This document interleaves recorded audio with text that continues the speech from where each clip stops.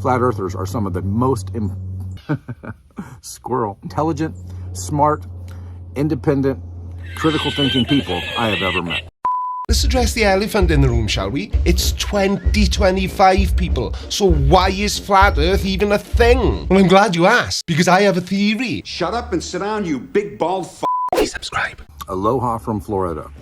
My name is Keith Cameron Smith, for those of you who don't know me. But first things first, you never step on another man's stage or platform without acknowledging them and saying thank you. So, Creaky. Thank you for this opportunity. Thank you for the invitation to be here and share our perspective of the earth, our perspective of creation. Well, he's a double whammy. I had no idea. I thought he was just the flat earther. This is gonna be good. I know that Dean and David and Austin and Dean's PhD friend and Tim, I know they will do a great job representing our observable reality. And that's my theory. He's a flat earth butt kisser. Now, I have no idea who Dean's PhD friend is, but Dean is Dean Odell. And Dean is a religious flat earther, so he probably can't spell PhD. But if you're going to be using this shower of shit as your sources, then we can be pretty confident that everything else you say in this video will be incredibly stupid. And newsflash, observable reality for the rest of us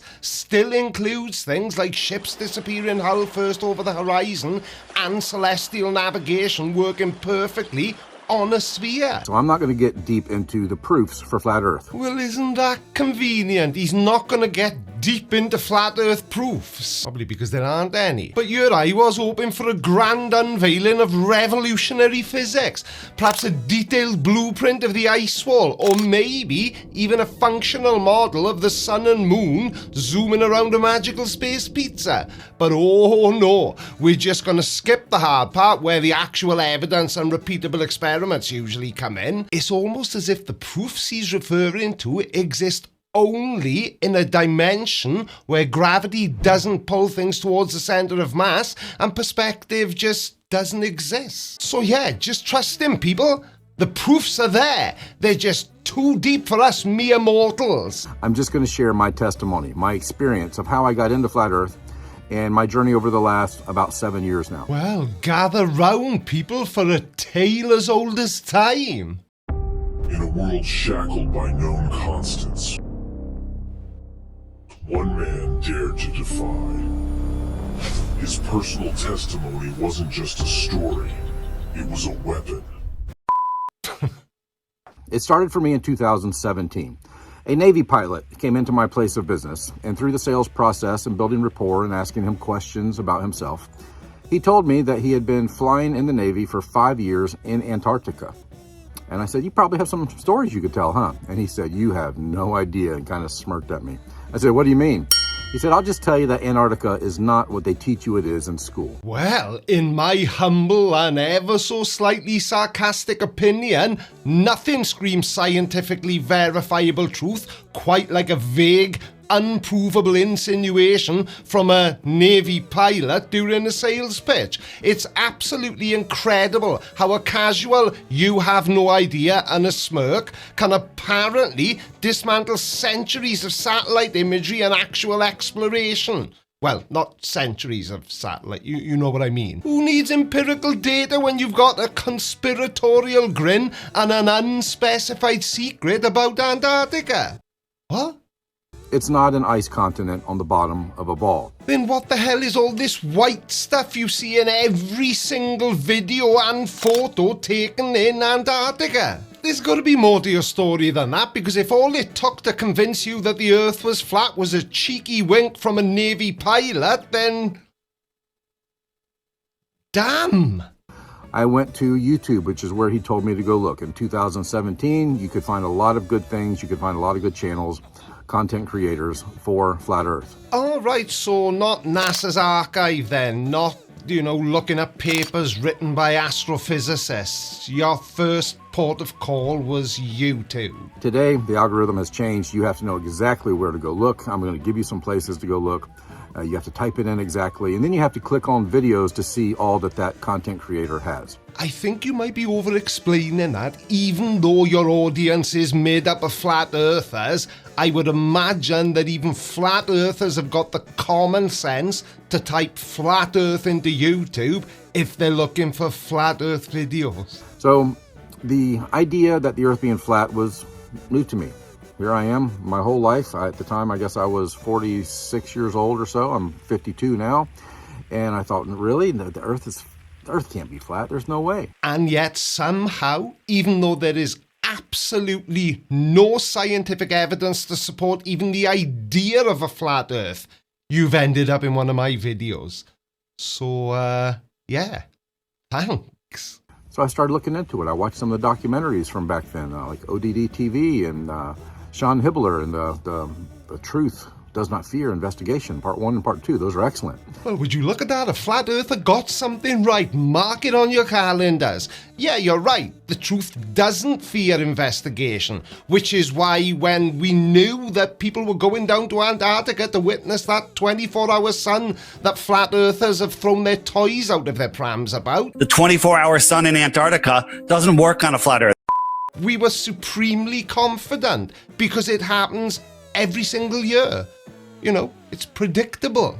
But I said, well, what about this? And what about this? And what about this? You know, it's totally normal, totally typical to have a whole bunch of questions when you first hear that the earth might be flat and stationary. Oh yeah, absolutely. It's completely normal to have a whole bunch of questions when confronted with the idea that everything you've ever known about the planet is apparently a big grand conspiracy. The problem isn't the questions though. It's the answers you seem to be accepting.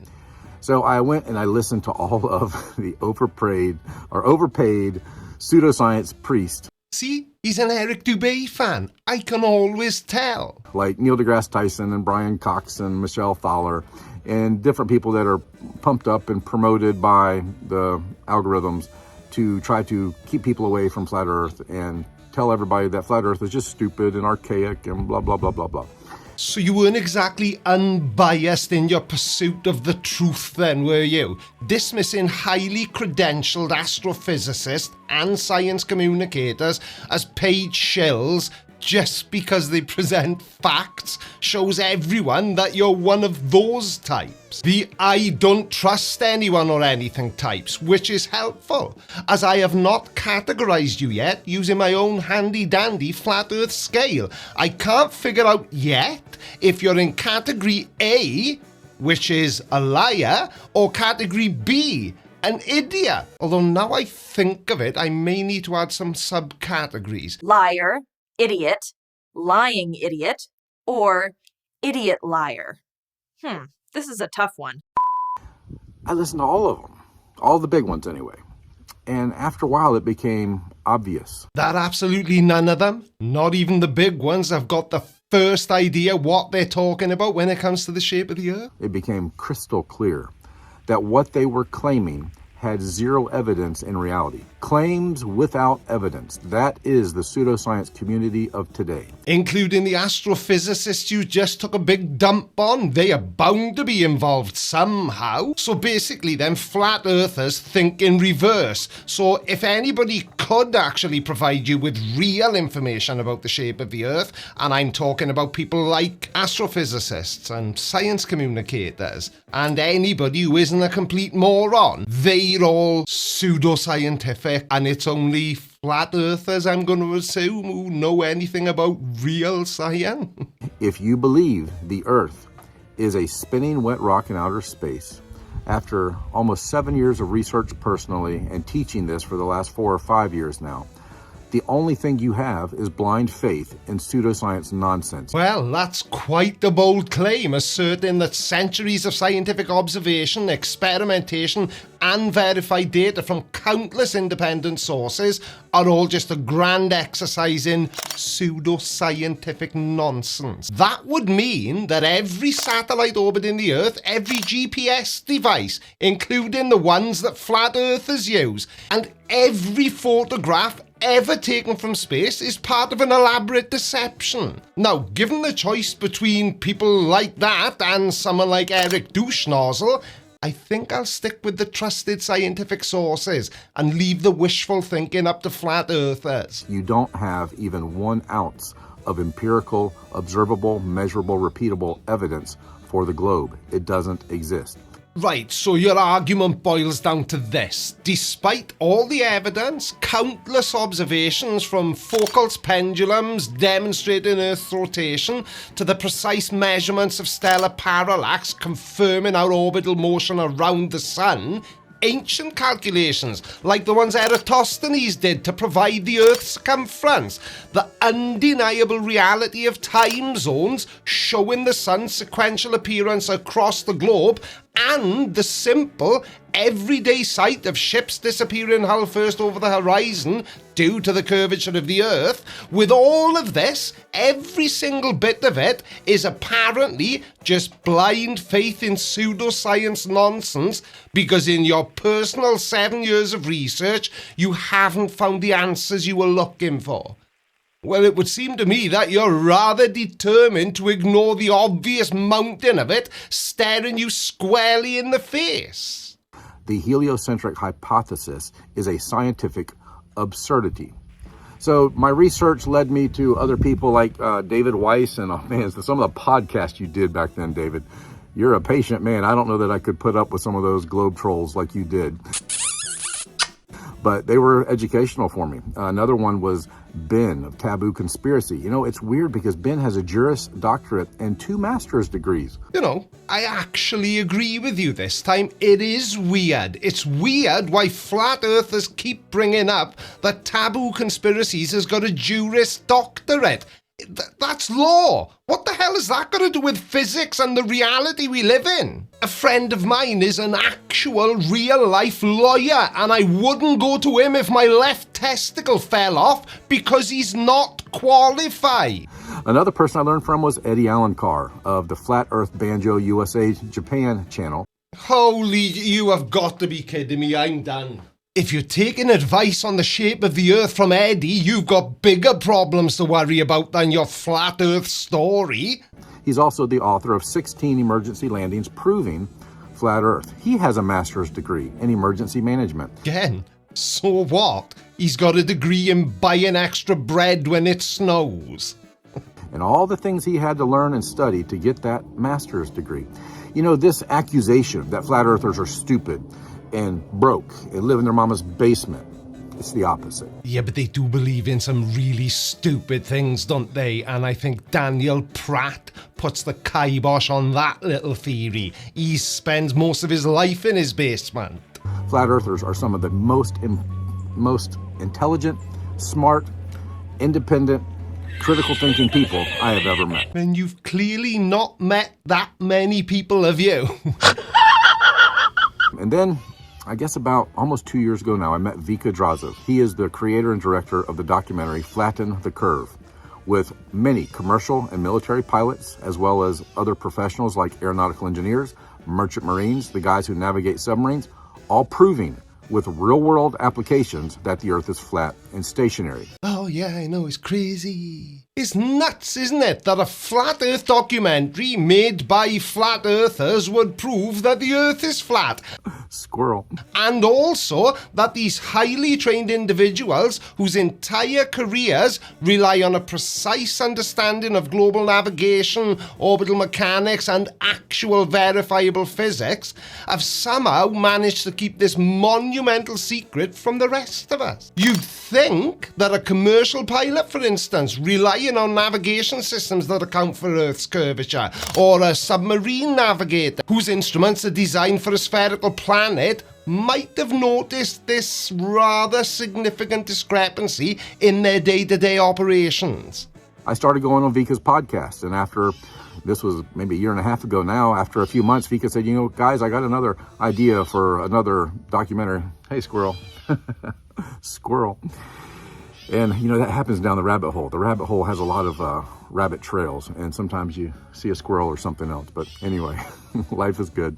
Vika said, hey, I got this idea for this new documentary. Keith, would you like to be in it? And he told me what it was. I said, yeah, I would love to be in it. So I had gained enough knowledge at that point to communicate clearly that the Earth is an enclosed electrical topographical stationary plane. Whoa, whoa, whoa, easy there, Tiger. A what now? It is about the Antikythera mechanism. This little device, this little machine that is allegedly, according to science, 2,000 years ago, but science is confused. Isn't it funny that they're always caught off guard? They're always surprised. They're always confused. We don't understand. This guy's awesome. Now, when something like the Antikythera mechanism is discovered, and it's a complex astronomical calculator from ancient Greece, and it was centuries ahead of its time in terms of precision engineering, it's not confusion, it's discovery. It's a moment where our understanding of the past capabilities expands. Great Scott! It means we've learned something new about the technological sophistication of an ancient civilization. Scientists aren't surprised in the sense that they're suddenly doubting everything they know. They're surprised in a way an archaeologist is surprised when he finds a previously undiscovered buried city, or just pick anything. It's called discovery, so... But the science community says this little shoebox device, this machine, shouldn't have existed 2,000 years ago. Clockwork devices and intricate gears and pulleys and pins and slots and coaxial shafts, all that didn't exist 2,000 years ago. That didn't come in until the 1400s or 1500s. How did the Greeks have this? Right, so your premise is that this machine, this little shoebox device from ancient Greece, completely baffles the scientific community who supposedly click, I've got it. You don't understand it, therefore it must be fake. Like everything else flat earthers try to use as evidence. Either that, or you're trying to say that if scientists don't understand this, how should we be able to trust them about the shape of the earth? I think I'm overthinking it a little bit now. For those of you who are new to this, welcome to Flat Earth.